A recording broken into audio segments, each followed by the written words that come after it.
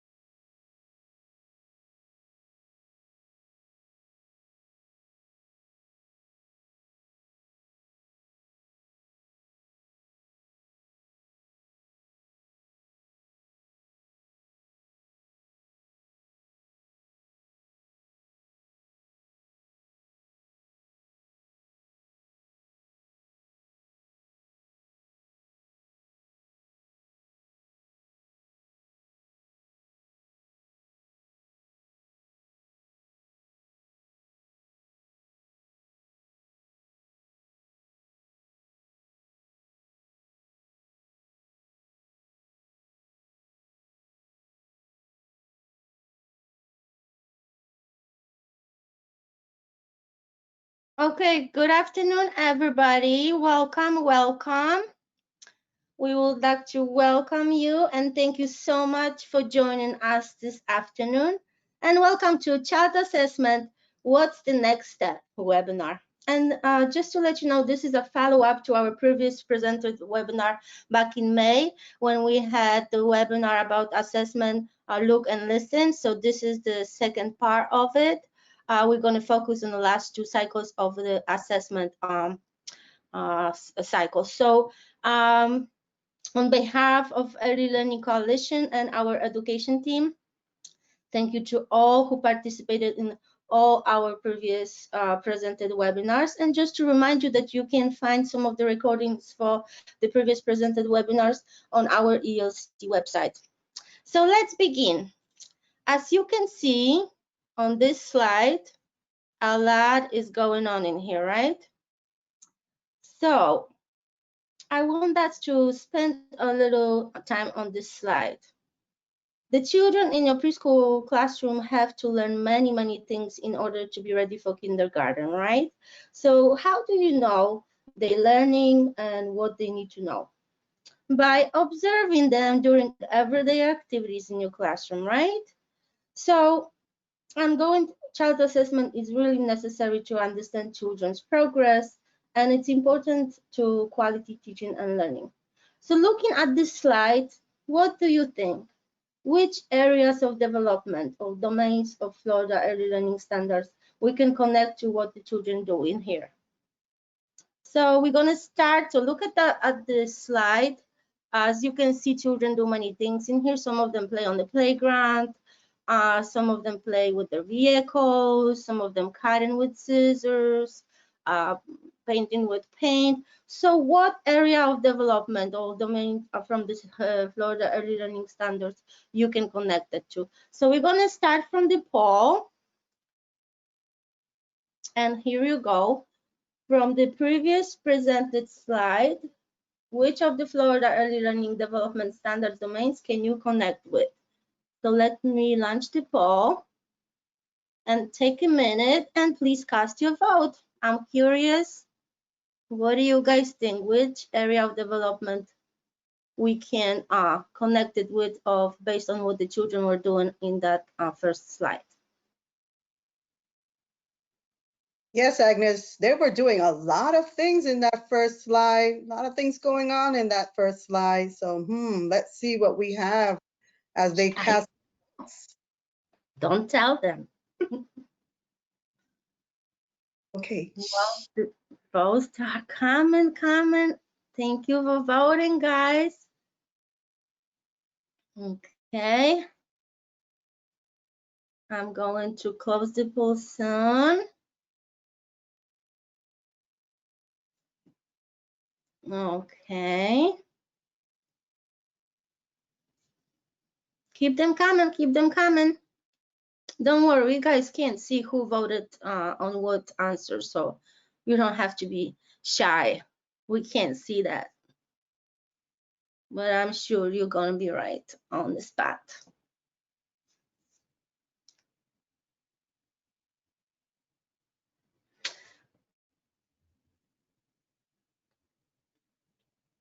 Okay, I'm going to close the poll now, and I'm going to share the results. There you go. Wow, the majority of you said all of the above, and that's the correct answer. But the 10% who said physical development, yes, of course, and approaches to learning and language literacy. So all of the above.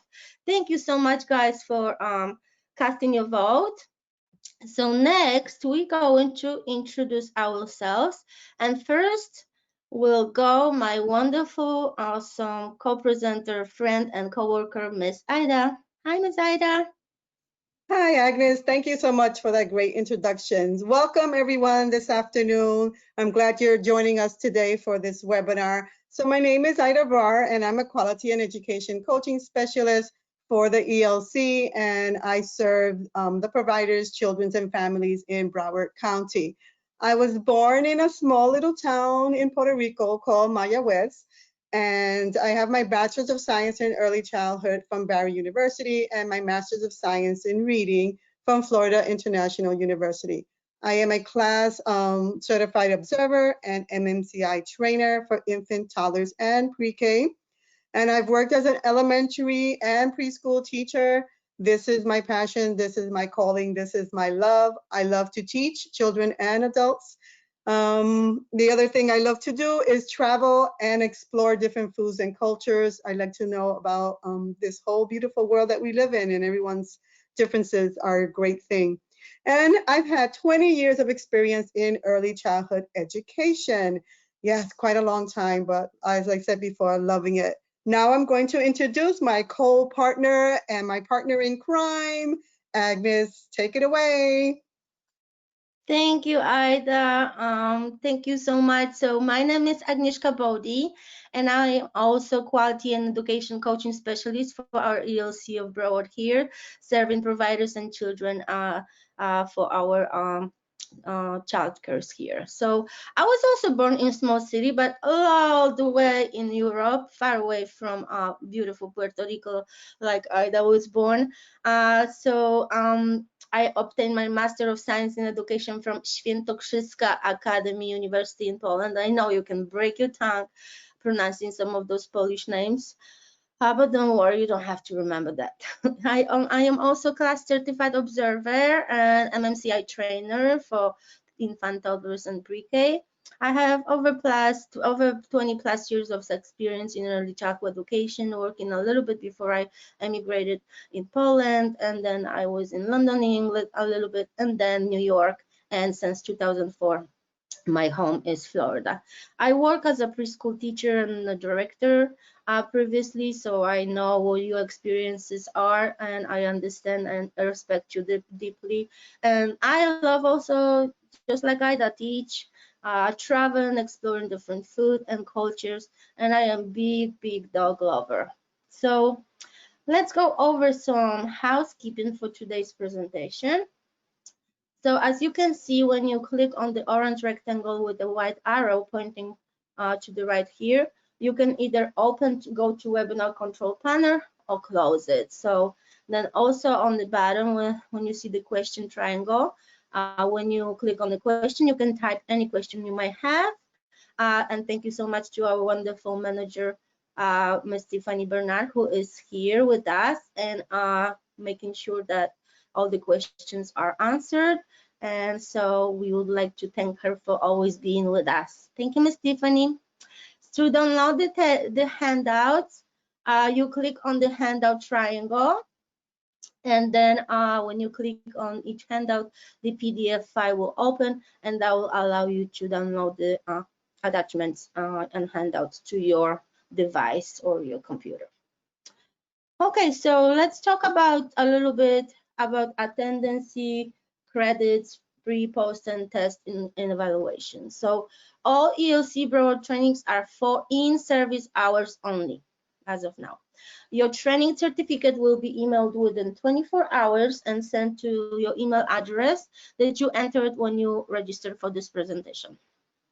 In order to be marked as attended, you must log in onto the computer or download the GoToWebinar app on your phone or tablet. So when you just call, that does not register as a attendance. So you will not receive the certificate, or you're not going to be marked as attended. So if you can't see the screen because you just call in, then we can't see you. So therefore, this platform will not register you as an attended. So as you know, training have pre-tests, so you probably completed 3 questions and answered them when you were registering for this training. Upon completion of this training, another test will come, the post-test of the same 3 questions, and the training survey of 5 questions will launch. So please, please, please complete all these informations because we really value your feedback. So let's go over what we're going to do today. So welcome and introductions we just completed. We're going to go over some training objectives for today's presentation. We're going to review first 2 steps of the assessment cycle process, which will be observation and documentation. And that was covered extensively in our first webinar back in May, Look and Listen, Child Assessment. And then we're going to go over the implementation of the interpretation and instruction steps of this assessment cycle. So today we're going to dig deeper in those last 2 steps of the assessment cycle.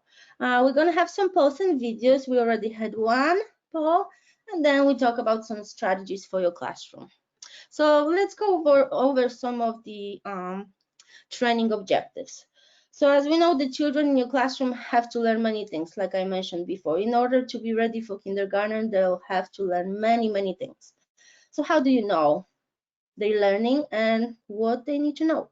So by observing them during everyday activities, we observe them and we document. So today's presentation will help you to understand the last 2 steps of assessment cycle, interpretation and instruction. We will discuss how interpret assessment data, make decisions based on how children are making progress, connect the observation to Florida Early Learning and Development Standard through kindergarten, and we're gonna show you how to adjust teaching based on assessment. But first, Ida, what time is it? It's poll time, yay! That's right, it's time for our second poll. So, what do you think? Assessment is a critical part of high quality early childhood program. True or false? Please cast your vote. We're gonna give you about 60 seconds.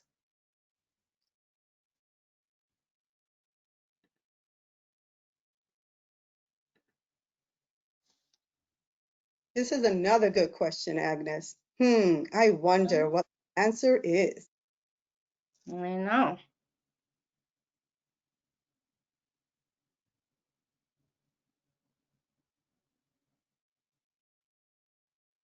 Okay. Wow, you guys voting fast this time. Thank you for voting.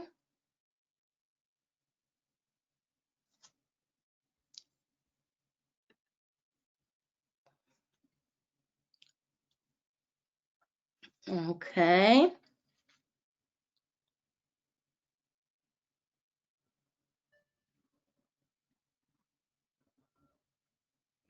And just to let you know, if you for some reason don't see the poll, maybe minimize your screen, maybe it's hidden somewhere, or just write your answer in the chat box or question box. Okay, I'm going to close the poll now and share our results. There you go. Majority of you said yes, it's true. So yes, assessment is critical part of high quality early education. That means that you are care about the children's progress, you monitor and you are planning, because when you do an assessment, you're going over the data. We're going to talk about that. Then you're planning for future lessons, and then you put in your lesson plans activities that are adjusted based on previous documentation and assessment you conducted. So that means you care about the children's progress and you want them to be ready for the future. So thank you so much for casting your vote. So let's start with this guest speaker of ours we have today, our wonderful Albert Einstein, who said, everybody is a genius, but if you judge a fish by its ability to climb a tree, it will live its whole life believing that it's stupid. So, Einstein quotes remind us to think twice before measuring ourselves and others, in our case children, against inappropriate standards. So I just want us to look at that quote and remember that each individual child in your classroom has strengths and their own sets of skills and different areas, and they're developing in their own pace. So it's important that we assess children with deep understanding of their level of capabilities and plan individual activities to help them develop, grow, and build on their strengths. So just because fish cannot climb on the tree, that doesn't make her stupid, right? She's great as swimmer, right? So just have that in your mind. So let's start from what is assessment? Well, the general definition of assessment tells us that is the evaluation or estimation of the nature, quality, or ability of someone or something. The assessment of educational needs. This is the one that we want to focus on. So let's remind ourselves what is childhood assessment. So childhood assessment is an ongoing process designed to help to improve a child's outcomes in learning and development. Assessment is a process of gathering information about the child, reviewing the information, and then using the information to plan educational activities that are at the level the child can understand and is able to learn, right? Assessment is a process of gathering information throughout the year, right? Assessment is a very critical part of high quality early childhood education. There you go. Here is your answer to the second poll. Assessment includes observation and provides information about development over time. If done correctly, systematic ongoing child assessment provides information on children's development and learning, and it helps inform curriculum planning, teaching, and individualizing for each child across all Head Start early learning outcomes, frameworks, domains. The benefits of collecting assessment information is that assessment information helps teachers monitor children's progress towards their goals. Observation can help teachers generate questions about how a child is learning and think about how to provide either more support or more challenges. Assessment information is shared with families and specialists. Teachers and families use assessment information to support children's development and learning beyond the classroom. So next, we're going to watch a video clip using data to inform teaching. Sorry. So this using data to inform teaching is a short video that will kind of show you it's going to be kind of overview of what is exactly we're going to focus today during this presentation, so you're going to have an idea what's coming next. So let's launch the video and enjoy.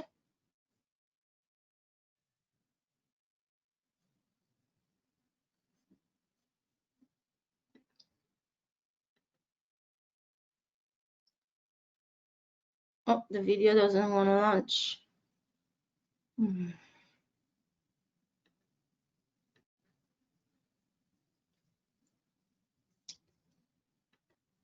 Okay, it's coming.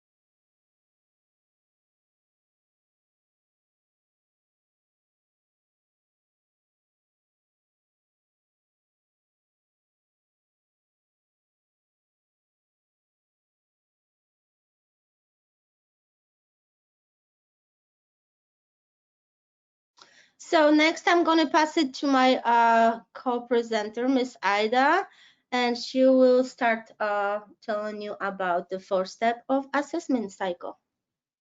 Take it away, Ida. Thank you, Agnes. So that video gave us a lot of information, and it's one of my favorite videos when it comes to the assessment cycle. So as you see, this is the assessment cycle, and it probably looks familiar from our previous presentation that we did. So let's talk about the assessment cycle. So the assessment instructional cycle refers to that ongoing and interrelated decision-making process that takes place during child assessment. And you are the one that's going to determine what you are going to observe, document, and the circle of life as we go around. So teachers continually make informed decisions about what to observe and why, and they choose the best way to gather the documentation information about the children's behavior. They also decide how to organize, interpret, and use that information to guide and adjust their instruction. So that's why it goes around and it doesn't stop going. So throughout the process, teachers seek input from families, and Agnes and I are going to be saying this all throughout our presentations. Families are a very important component in the assessment cycle as well. And we share that information with them and also others in our centers, such as our directors and administrators. So here are the 4 points to keep in mind. Is observation is the first step. So that's planning the assessment. It helps teachers decide ahead of time what to observe and when, and who will collect the information. The documentation, that's various ways on how you can document that child, what they're doing in the classroom. You can have anecdotal records, you can have checklists, you can have work samples, you can have photos, videos, and of course, we share that information with the families. Then we're going to organize that information into, as you saw in the video, into portfolios, notebooks, or other organizational systems. Then after we have that documentation, we're going to look at it and we're going to see what is the information to be valuable. And the teaching team needs to understand what it tells them. What is this documentation telling me about this child? So together with your co-teacher and the child's family, you interpret that information by looking at the documentation for patterns and inconsistencies, and then identify changes in child's skill over time. And then the last step is the teaching team. We're going to meet regularly, and we're going to get our brains together with our families and use the findings to plan instructions to make changes in our teaching so that every child will be able to learn and grasp the concepts as we go along through this process. All right. So like I said, the first cycle, we're going to review it kind of briefly. So what is observation in early childhood education? This is what it is. Observation in early childhood education is the process of tracking students' behavior over time. And by creating detailed documentation, educators will be able to notice patterns and assess how each child is developing. So observations are critical in our child care centers and in our schools. So the first step is you're going to say to yourself, what is being assessed? What am I going to observe today? You're going to link that observation with a domain of learning goal. Maybe you want to look at mathematical thinking, or maybe the social studies, or social and emotional. So you want to plan ahead. So when you're observing, you are kind of planning ahead of times. Remember, when you are observing that child, it's just the facts. It's what you see the child doing. Not like, I know he probably can do this, not the probably, it's what the child is doing. And then once again, you involve the families in this observation process because they can be doing observations at home. Okay, so, and the second step in the assessment cycle is documentation. So the method that you have determined to collect the assessment information will include, like I mentioned before, is anecdotal records, checklists, work sample, frequent count, photos, and videos. You will determine what works best for you as you are documenting or taking the observations for your children. So then the next thing is, how am I going to store this documentation data, which can be a child's individual portfolio, notebook, and other organizationals. And remember, we also have inputs with the family and others in the child care center.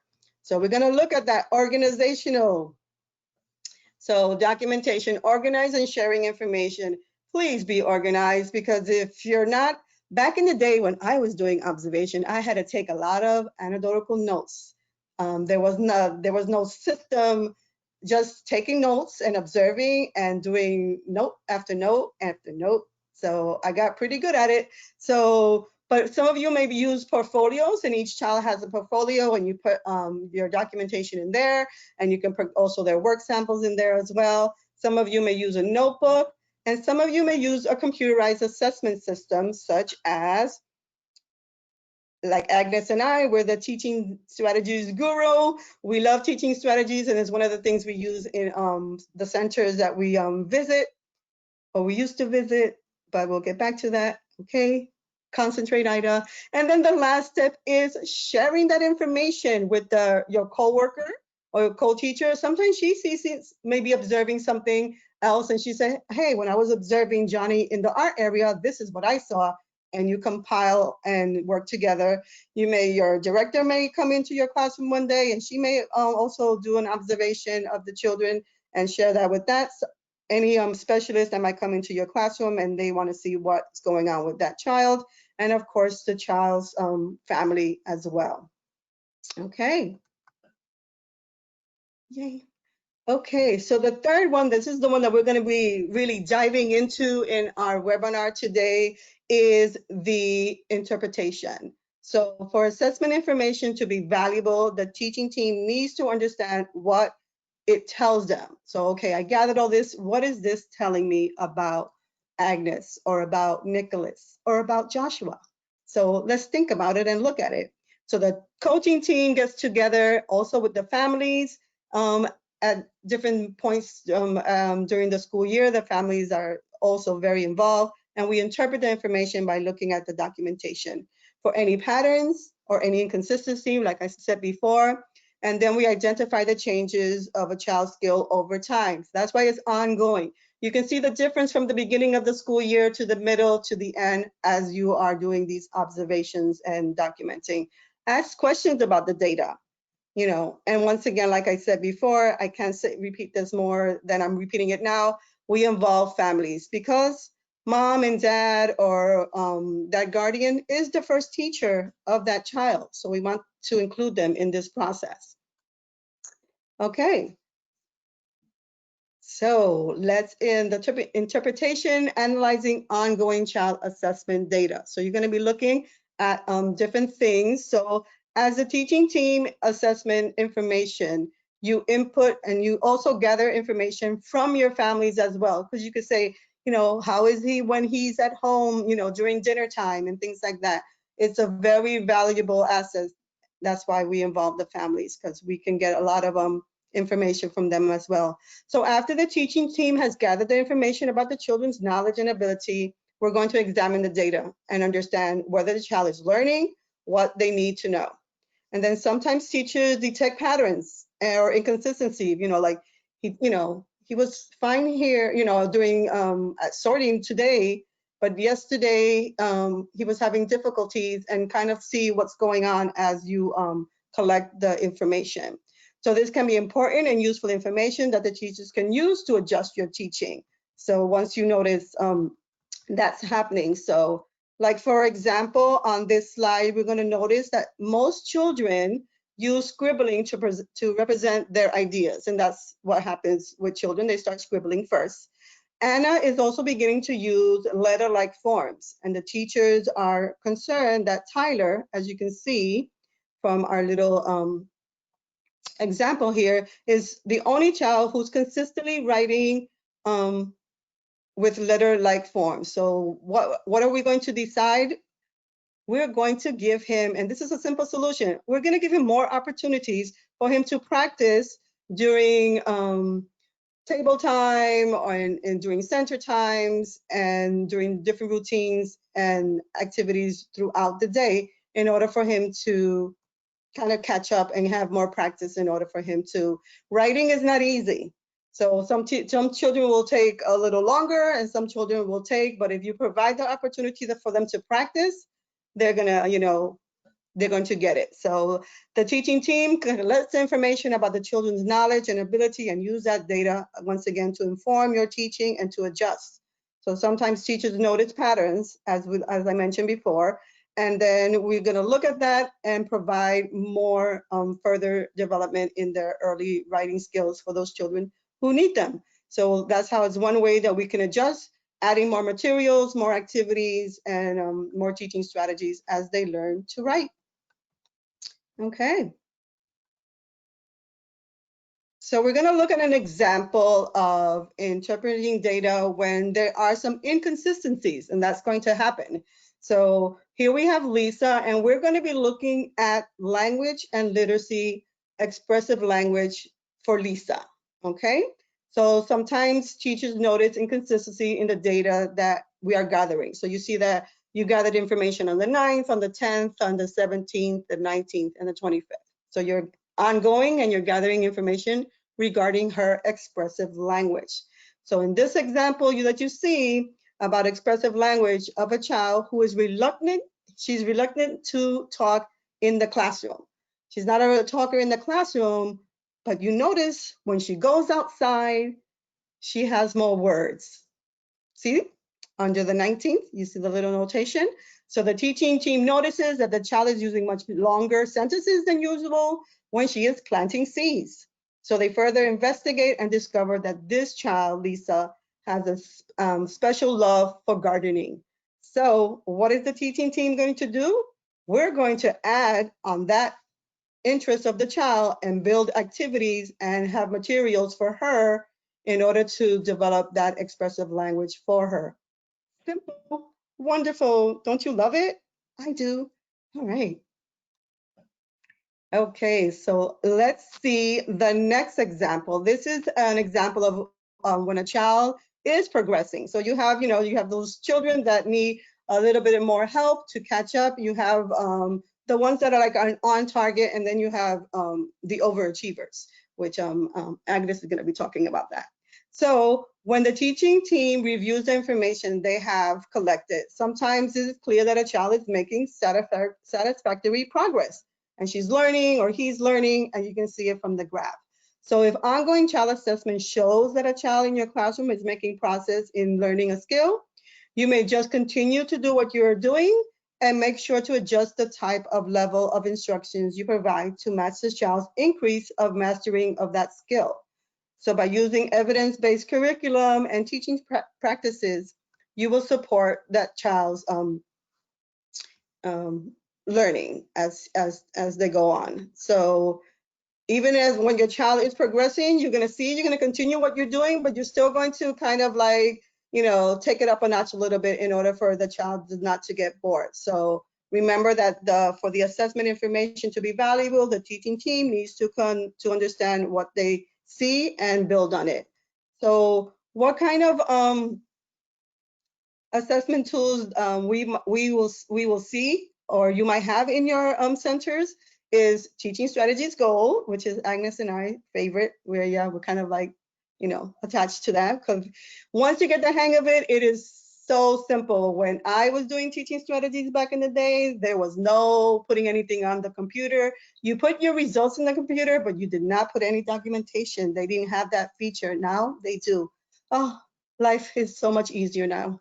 So you also have high scope child observation records. We have learning accomplishment profile. There's Galileo pre-K online and work sample system. So depending on the center that you're in, you might have some of these tools in order to help you gather and interpret the assessment. So on that note, I am going to hand it over to Agnes, and she's going to talk about our next step when it comes to children and the data.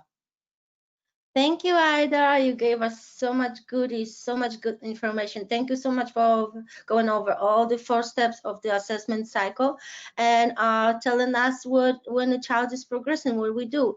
So thank you for that. So next, I will be talking to you about what if child is not making progress. In some other situation, when a child is not making progress, teachers look at their data and decide that the children are not making progress or are progressing too slowly towards a curriculum goal, right? So you will want to change some of the words and how are you teaching. What might be the child needs be to be successful, what resources might be needed to support development and learning, and depending on the type of learning goal and what your assessment data reveal, you might consider making the goals or tasks much simpler, right? Maybe they're too hard for some of the children. Maybe changing the setting or the schedule. Maybe schedule is too much thing that's going on too fast. So maybe adjust the schedule. Maybe it's too overwhelming for some of the children.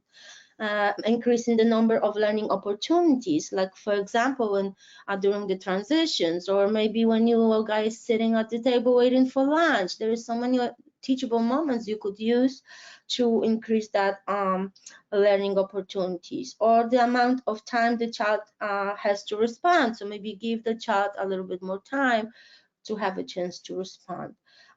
Maybe providing more assistance if it's possible, if there is one other grown up in the classroom. I know sometimes it's difficult with the ratios and you are only one in the classroom, but if it's possible, provide more assistance, maybe one-to-one correspondent, with the child. Maybe using curriculum modifications. So you know your curriculum, you know your children, you can adjust some of the activities and the level of how hard it is for them to do those activities, and give us some teaching loops. And of course, seek some support from specialists, right? Like a curriculum specialist, maybe some other guest speaker, coaches, trainers. So next, when the children has reached goals. So when they reach goals and the ongoing child assessment show that the child accomplished their goals, you want the child to move on to more challenging goals or to a goal in some other areas, some new areas. So then review assessment data and use your program curriculum guide to help you to determine a next step for the child. So next, I'm going to talk about last step of the assessment cycle, which is instructions. So the assessment instructional cycle refers to the ongoing and interrelated decision-making process that takes place during child assessment, and teachers continually make informed decisions about what to observe and why, and to choose the best way to gather and document information about children's behaviors. They also decide how to organize, as Ida mentioned previously, interpret and use the information to guide and adjust their instructions. So instructions, when the teacher or the teaching team with, like Ida mentioned before, with input from child's family, uses information from assessment materials to plan instructions and to make changes so that every child will learn. Throughout the process, teachers seek input from families and share information with them. So let's summarize the adjusting teaching based on ongoing child assessment data. So sometimes teachers will find that the children are progressing well, they have accomplished learning goals, and may be ready to focus on the new ones. If the information from ongoing child assessment shows that a child or subgroup of children is not progressing as expected, teachers can adjust what or how they are teaching and other to improve learning. Just emphasize the importance of aiming for good progress or making progress that is greater than what the child might have made if not enrolled in preschool classroom. And remember to let the children play. because when you collect assessment observation data, you can do a lot of observation during the children's play. So our guest speaker, Albert Einstein, says, play is the highest form of research. Isn't that so logical? I mean, think of that. When they play, they discover a lot of things and they learn by themselves. We just have to provide the resources and opportunities, hands-on opportunities. So what time is Ida? What time is it now? It's another time for a poll. Yay! That's right. It's time for another poll. So the instruction step in the assessment cycle reflect on the interpretation of the data documentation that was collected. So what do you guys think? Is it true or false? Cast your vote. Oh, I'm sorry. That's the wrong poll. What happens sometimes? I didn't hide the results. Okay. There you go. Ah, the electronics in this virtual world. There you go. This is the right one. There you go. The instruction step in the assessment cycle reflect on the interpretation of data documentation that was collected. So select one of the following, true or false.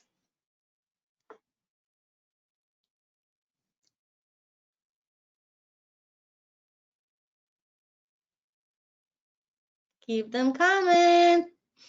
30% voted. It's growing fast. Vote, vote, vote. Make your opinion count.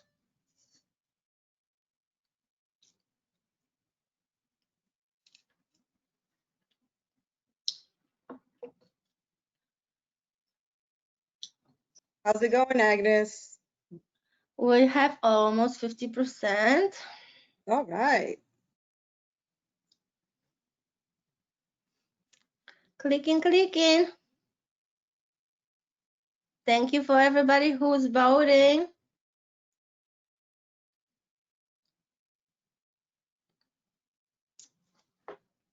Okay, it stopped, so I'm gonna close the poll and I'll share results. There you go. Majority of you said it's true. That's right. The assessment cycle, the instructional part, reflect on the interpretation of the data. That's true.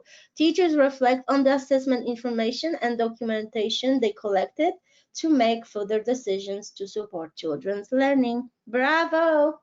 So let's talk about some of the decisions that the teachers have to make. When teachers summarize assessment information, it helps them make decisions. They interpret child ongoing assessment information with input from team members and families. They decide, then they decide how and when to adjust their teaching methods, plans, or activities to help a child make better progress or provide more challenge.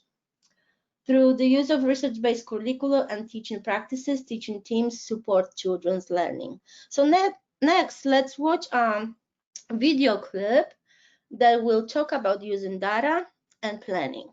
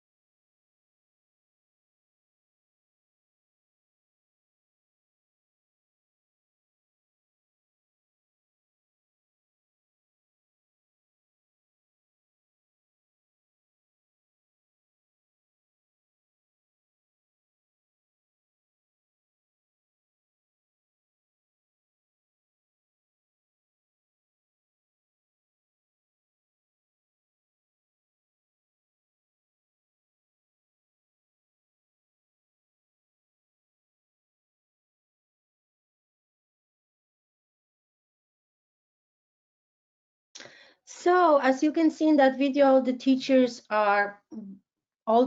in this video are recording observations in variety of ways, right? They have checklists. I noticed some TSG checklists.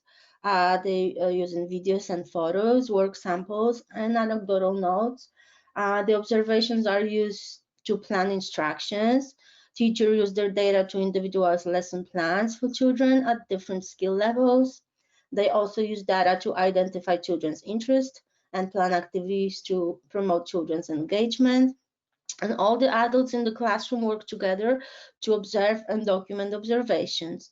The observations and goals are shared with families. So next, would like to pass it to Ida again, and she will be talking to you about using data to inform teaching. Take it away, Ida. Thanks again, Agnes. I really enjoyed that video clip because it shows you so much information and how teaching is a very difficult field. So that's why you need to be organized, you need to be intentional, you need to schedule and plan. And once you get your plan down pat and you and your co-teachers are on the same page, observations and documentation and the whole assessment cycle goes very smoothly, and you're there because you want your children to learn and improve, and you want to engage them in what they're interested in as well. That's why we're very flexible as teachers. So, all right, Ida, get back to business, but using data to instruct teaching. So once again, as teachers or home visitors and family child care providers have facts about each child, they have to do something with those facts. So like in the video clip, they start planning. Okay, I see that this child, I'm trying to do sorting, but she doesn't even know her colors. So that you got to step back in order to go forward. So as part of the ongoing assessment cycle stage, educators and staff review the facts and reflect on what is telling them. What does this mean? What is this telling me about Johnny? So staff ask themselves questions about the information.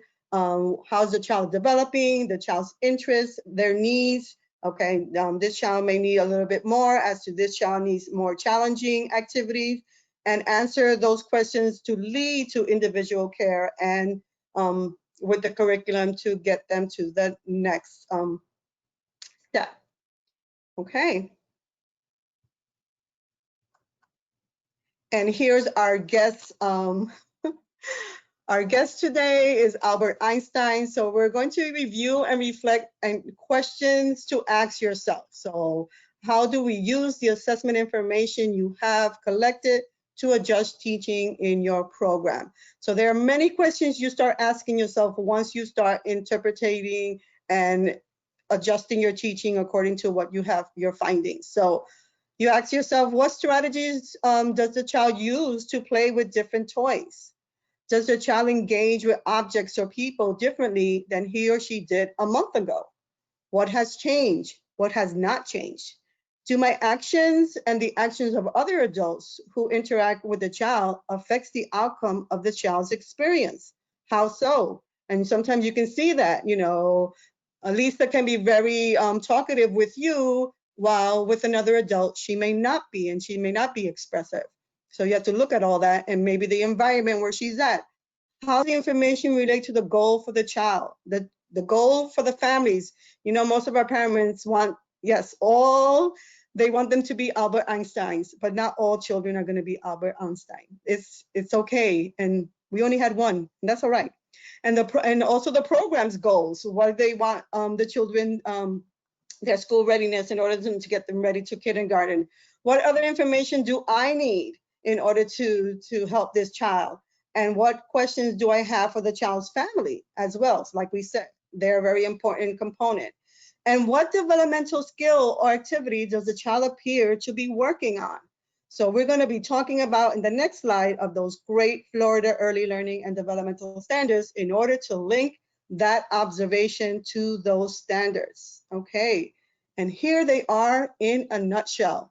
So these are the Florida early learning and development standards to plan for assessment. So when we talk about the assessment, and it's like we said before, it's an ongoing process that includes observation and to provide information about the development over time. From the beginning of the school year all the way to the end, it's an ongoing process. Can't say that enough. So that helps us to inform our curriculum planning and adjust and modify the teaching and to do individualized for each child across the board.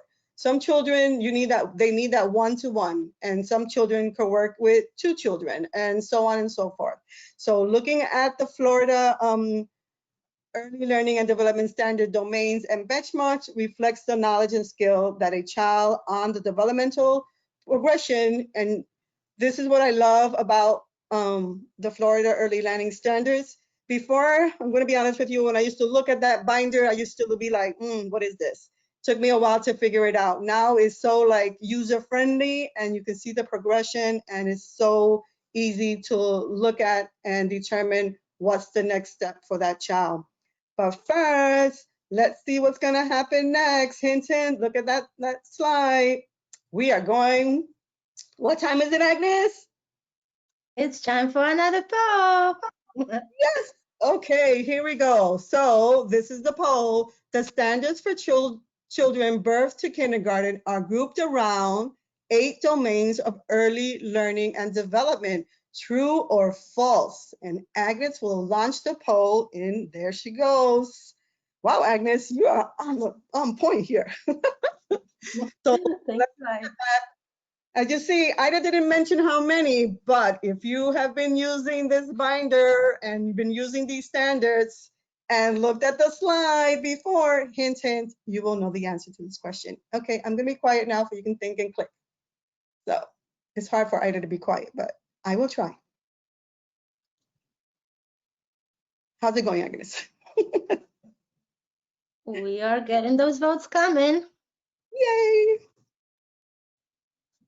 I can We hear. have to use those polls to have you guys keep you guys awake. You probably had some good lunch and now it's a sleepy time. I know. So that's why the polls. We have to have you engaged. Exactly, Agnes, because after that, delicious salad that we had, we get sleepy time. All right, so. Okay, let's close the poll. All right, let's see what the results are. True, 89% said true. Yes, there are 8 domains. And yes, Ida did not mention them because I wanted to know because we mentioned them before in our previous. So now we are going to go over what they are. Okay, so just to remind you, yes, there are 8 domains, and it is a developmental progression when you go into the different domains, and I will tell you what they are.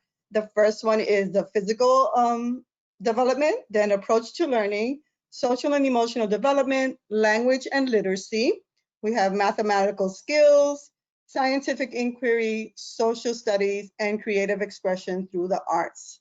So there they are in a nutshell. So the next slide, we're going to dive into it and look to see how they connect to the different pictures that we're going to be showing you. So the first one, you look at the picture. Where do you think this child is at? Picture says 1,000 words. So you see that she's working with pegboards and you see numbers. So right there, hint, hint, she is doing mathematical knowledge and skills. So she is connecting one-to-one counting using the number names of the last objects and counting as she represents each one. So you see her working hard. What's the other thing that you can link to this picture? Physical development. She's using her hands. She's using her fine motor skills as she puts each peg in the corresponding accordingly. Approach to learning. You can tell even from this picture that she is not distracted. She's continuing on task and she does not look frustrated at all. She is very engaged in what she's doing. Social and emotional development. You can see also, once again, she is working independently in this activity and she is showing confidence that she's accomplishing this task. What I do when it comes to a picture, yes, I will link the standards, but I always kind of put a little explanation what's happening as well. And because sometimes you take a picture and you just sometimes don't remember exactly what's going on because so I always write a little note, just a little heads up on that one. Okay, our next one, you can see that there are 3 children working together, and where are they? I hear all of you saying housekeeping and dramatic play. Yes, depending on what you call it. And yes, so this is a group of children together in housekeeping, and housekeeping, a lot goes on in housekeeping and as they work together. So pretty much you're probably going to have language and literacy because they're going to be having conversations with each other, and there's always one child that is giving roles out so that creative expression happens. She's saying, you're going to be the mom and you're going to be the dad, or you're going to be the cashier in Publix, or we're going to go to the pet store. There's always someone giving roles. And so the teacher, the children are creating or solving a problem or doing something like, how are we going to get the food for our party? Hey, let's go to Publix. Social and emotional development is also linked to this because the children, especially in housekeeping, they do a lot of expression of their feelings and thoughts. And approach to learning, you can see that they are planning activities with each other and using that wonderful thing called their imagination. So housekeeping is certainly one of those places that you see a lot of that. Where are we going? We're going outside. Oh, how exciting is that? So you need to know that your classroom extends to outdoor play. Yes, certainly does. So as you see, this is where our children become explorers. And what is linked to exploration? Scientific inquiry. They're using their senses, especially when they're outside, they're touching and you always have that one child that finds the bug and the worm and brings it to you, and and you're like, yay, thank you for that approach to learning. Remember, I can't stress enough that the outside or your play area is an extension to your classroom. So that approach to learning, that's where you can also do new topics and ask a lot of questions. And hey, go and search for some twigs or some leaves and let's talk about them. Social studies is happening here as well because of geography and what's going on. That includes the playground. And of course, the language and literacy, they're talking about it, especially, the creepy crawlies and all these little bugs. They love to they probably know more about it than you do. And that's when their language and literacy comes to play. So yes, most definitely when they're outside is a great place to get those standards in and link them to what's going on. So our last but not least, this is our last little picture, and you can see where these 2 little girls are in creative expression or the art area. And when it comes to art, yes, it's expressive. Art has to do with what, that's why we have so many different materials in there. We have markers and crayons and paint and collage to make collages and a plethora of things in there because art is expressive. When art becomes like, okay, everybody makes, a duck and all the ducks look the same, that is not expressive art, that is crafts. So let's let them express. Not everybody's gonna be a Picasso or anything like that, but it comes from the heart, it's expressive. So approach to learning, because when you're into that art, and let me tell you, I have an artist presenting with me. Agnes is an amazing artist. She can do pictures in like 5 minutes, and you would think it took her hours and hours and hours, and they're amazing. But let me focus back. So, and also social and emotional. It's, you can work on your own and you managing your feelings. You can work with a partner to create something together. So, and making those decisions on what I'm going to use. And of course, as they're working together, the language they express. And this is where you tell them, tell me about your creation, about your artwork. Don't assume that it's something, let them tell you about it, and then you have, they can tell you a story about it and express their ideas on what they created, which is amazing. Love arts. Okay, so the next thing we're going to do is we're going to see another video clip. So exciting. This one is going to about making matching strategies to a child's needs. So we need to do this all the time, every day when we are with our children. Then Agnes is going to launch the video and we'll continue. Thank you.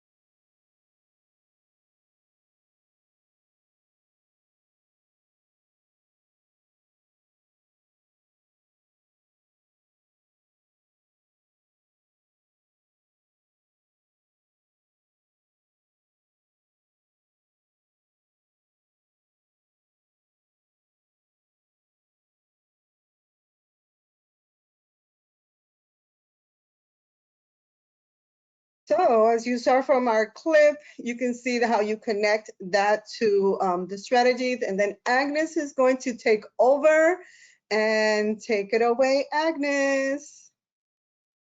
Thank you, Ida. So what's next? Using data to support learning and adjusting teaching. So now that we've heard from some of the classroom teachers in that video, why don't we share ideas? How do you currently use the assessment data you have collected to adjust your teaching? If you would like to share with us, why don't you type it in the chat or question box, and Miss Tiffany is going to tell us a little bit later. So share it with us. So as we already discussed, it's very important to use the ongoing child assessment data that has been collected. A major purpose of collecting the information is to improve your teaching, right? To get better, to help children's learn. Sometimes a teacher will look at the data for many children in the classroom, and other times the teacher will look at individual child's data over time. And let the data tell you whether or not child or group of children is learning, or whether or not you need to make any adjustment to your teaching. Sometimes the data are variable. Try to look for patterns in the data. So you might adjust your teaching by using new or different materials, by providing more practice opportunities, or by simply giving clear feedback during the learning activities in your classroom. Sometimes the data show that the children are making progress but haven't yet reached the goal. So you want to continue what you are doing because it's working, right? We talked about it a few slides ago. Continue to collect data so that you know when the child or children achieve the goal. Then sometimes the data show that the child or group of children is not making expected progress, so it's time to do something different. When we are doing our lesson plans, we look over the data that we have collected to get an idea of who may need an extra help in order to do that activity. And then based off that, we will write down some things that we can change and in order for them to be able to accomplish that activity. So we adjust this activity to each child's needs, right? And skill set. You may make the goal or task simpler, change the setting of schedule, like I mentioned before, provide even more learning opportunities and practice, change the learning materials, or change aspect of teaching, such as the amount of type of assistance or feedback given. So I repeat that a lot. Then keep collecting data to see if these changes actually make any difference. And then best tool for teaching children is keeping them engaged and interested, right? When you keep them interested and engaged, they much more likely to learn. So going back to our guest speaker, Albert Einstein, who said, and I quote, "I never teach my pupils, I only provide the conditions in which they can learn." So this is a great quote from a great teacher. In teaching students or children, our tendency is to spoon feed or sometimes even force feed, right? We all do that. We're all guilty of that. Because giving information seems to be the quickest way to transfer knowledge. Let's just tell them, and we assume because we gave them the information, they're going to automatically learn. No, this is the least effective way of teaching. But if we, however, pay attention to other related factors and think out of the box, learning becomes meaningful and readily accepted. Albert Einstein is not just referring to learners' immediate environment, but other intangible factors like purpose of learning, motivation, self-belief, all critical factors to ensure learning engagement. Let's remind ourselves not to be overly presumptuous when teaching our children. First, provide the conditions in which they can receive, then only do you proceed to deliver the content. So let's make sure to provide children choices of hands-on activities and experiences, safe, engaging, and rich environments to explore. emotional support, and quality of feedback to boost their worthiness and self-belief and ensure learning engagement.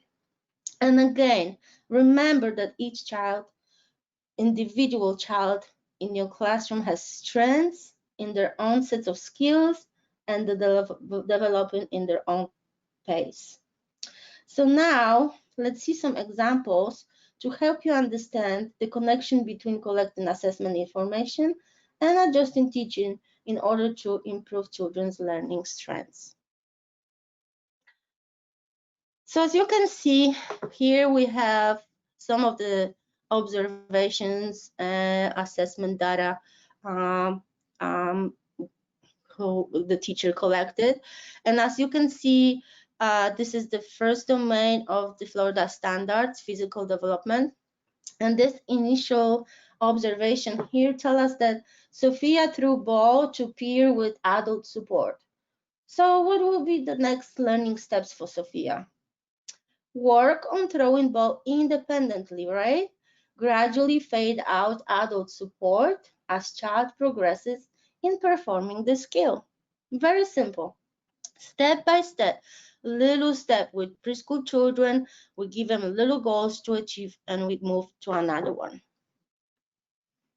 In this example, the second domain of Florida standards, we can see approaches to learning. And this initial observation tells us that Hannah completed a simple puzzle independently. So what would be the next learning step for Hannah? Provide opportunities to work on more challenging activities, right? So give her maybe different puzzles with many more pieces to put together. Just very simple goals.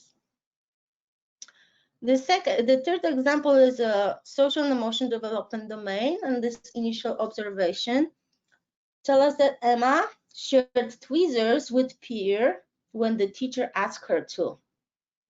So what is the next learning step? Very simple. We want Emma to share the toys, or in this case tweezers, with her peers without teachers having to say to her, Emma, please share, right? We want her to just do it independently. So share object and take turns with peers independently. Here in the fourth domain of Florida Standard, language and literacy, this initial observation tells us that Amaya identified letter S. So next learning step will be to match the letter name S and letter sound, right? Very, very simple goal.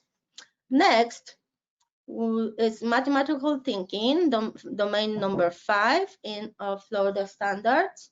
So here, the initial observation tells us that Daniel associates quantities with names of numbers with adult help. So the next learning step for Daniel will be to continue to provide him more opportunities to associate number names with small sets of objects, right? So we give him more opportunities to practice. So next time he doing this activity again, he doesn't require any assistance from his teacher. And another simple mathematical thinking domain example of observation is that little Mia sorted objects by color. So next learning step, we want her to sort objects by color and size. So next, Ida, what time is it? It's time for another poll. Yes, and this is our last poll in today's presentation. So what is the last step in the assessment cycle? Instruction, documentation, interpretation, or observation? Cast your vote. What is the last step in the assessment cycle?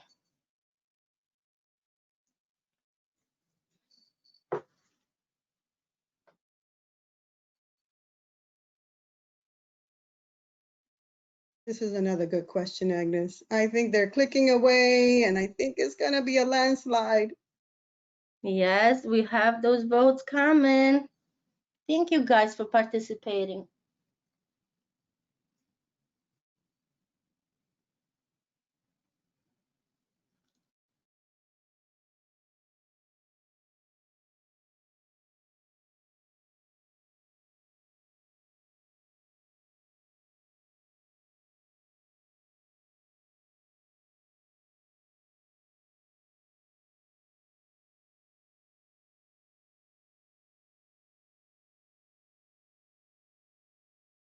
Okay, last chance to cast your vote.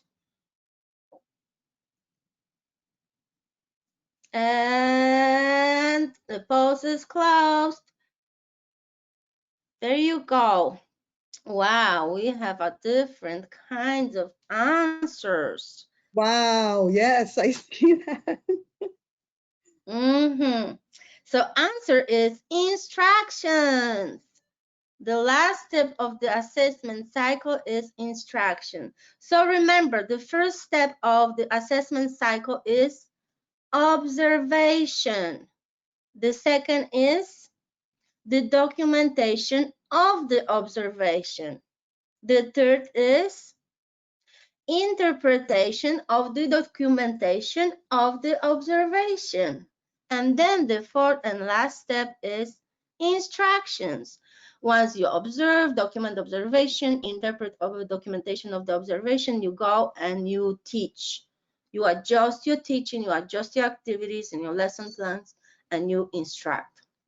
So let me close the poll.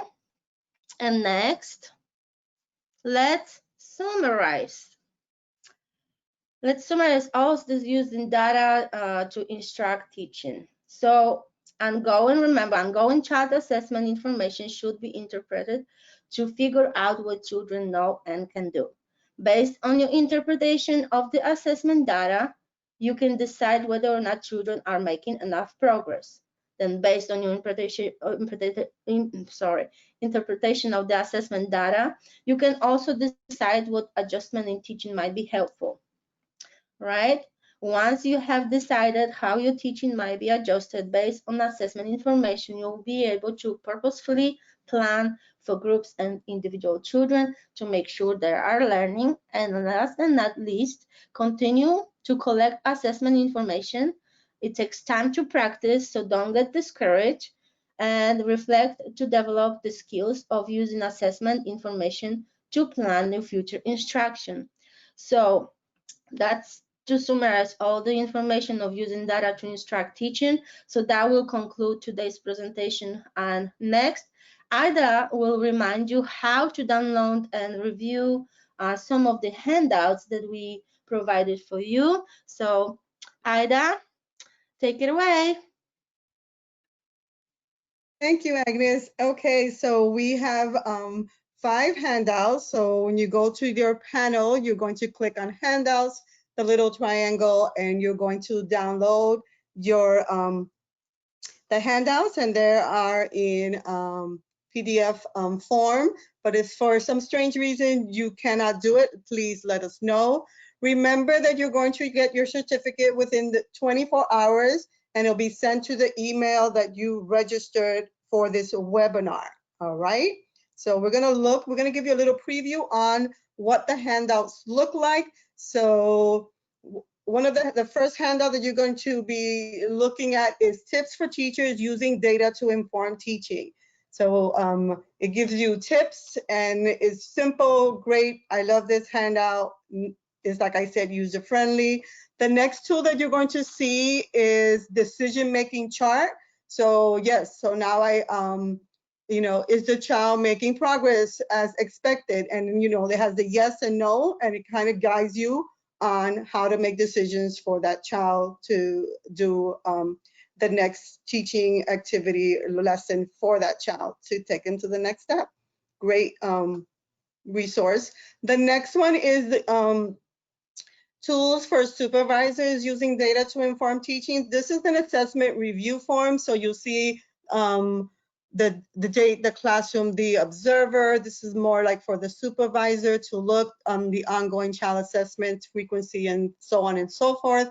The other one is an observation form that is really helpful and easy to implement in your classroom as you are observing and documenting and interpreting. So that's another one that we provided for you.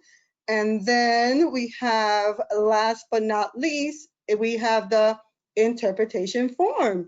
So we gave it to you like a little nutshell and wonderful resources in order for you to start.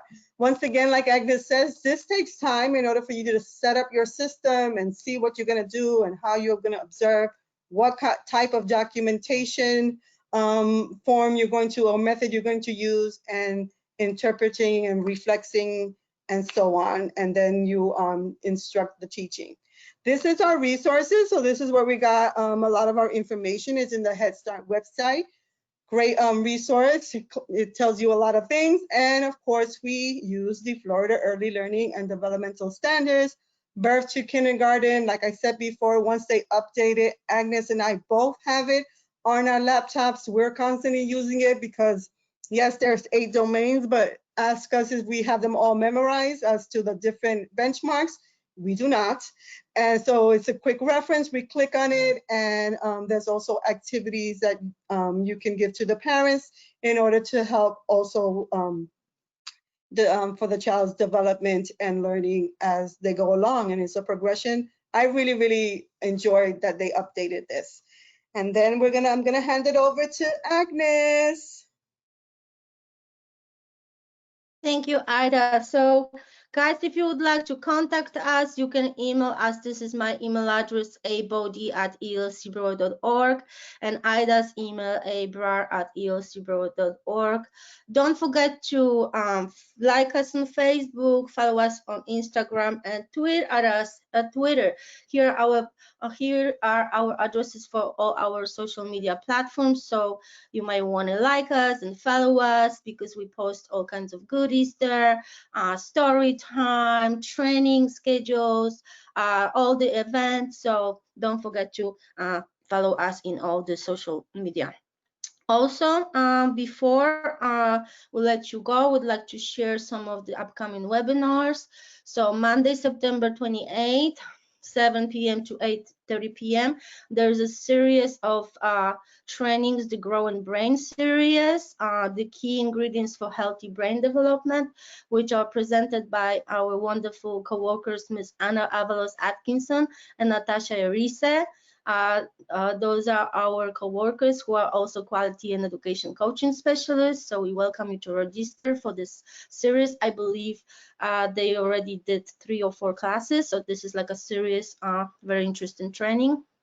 And then on Tuesday, September 29th, 1 to 2:30 p.m., Explore, Play, and Wonder, STEM for infant and toddlers, presented by our own manager, Ms. Tiffany Bernard. I can't wait for that webinar myself. So please, if you haven't done so yet, register for this one. And now, before we let you go, me and Ida would like to thank you for all the great work you do for our children and families in Broward County, and we'd like to read you this poem, Why God Made Teachers by Kevin William Huff. When God created teachers, he gave us special friends to help us understand his word and truly comprehend the beauty and the wonder of everything we see and become a better person with each discovery.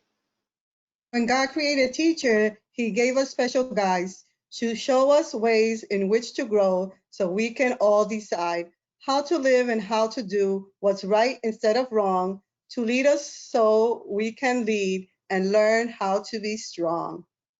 Why God created teachers in his wisdom and his grace was to help us learn to make our world a better, wiser place.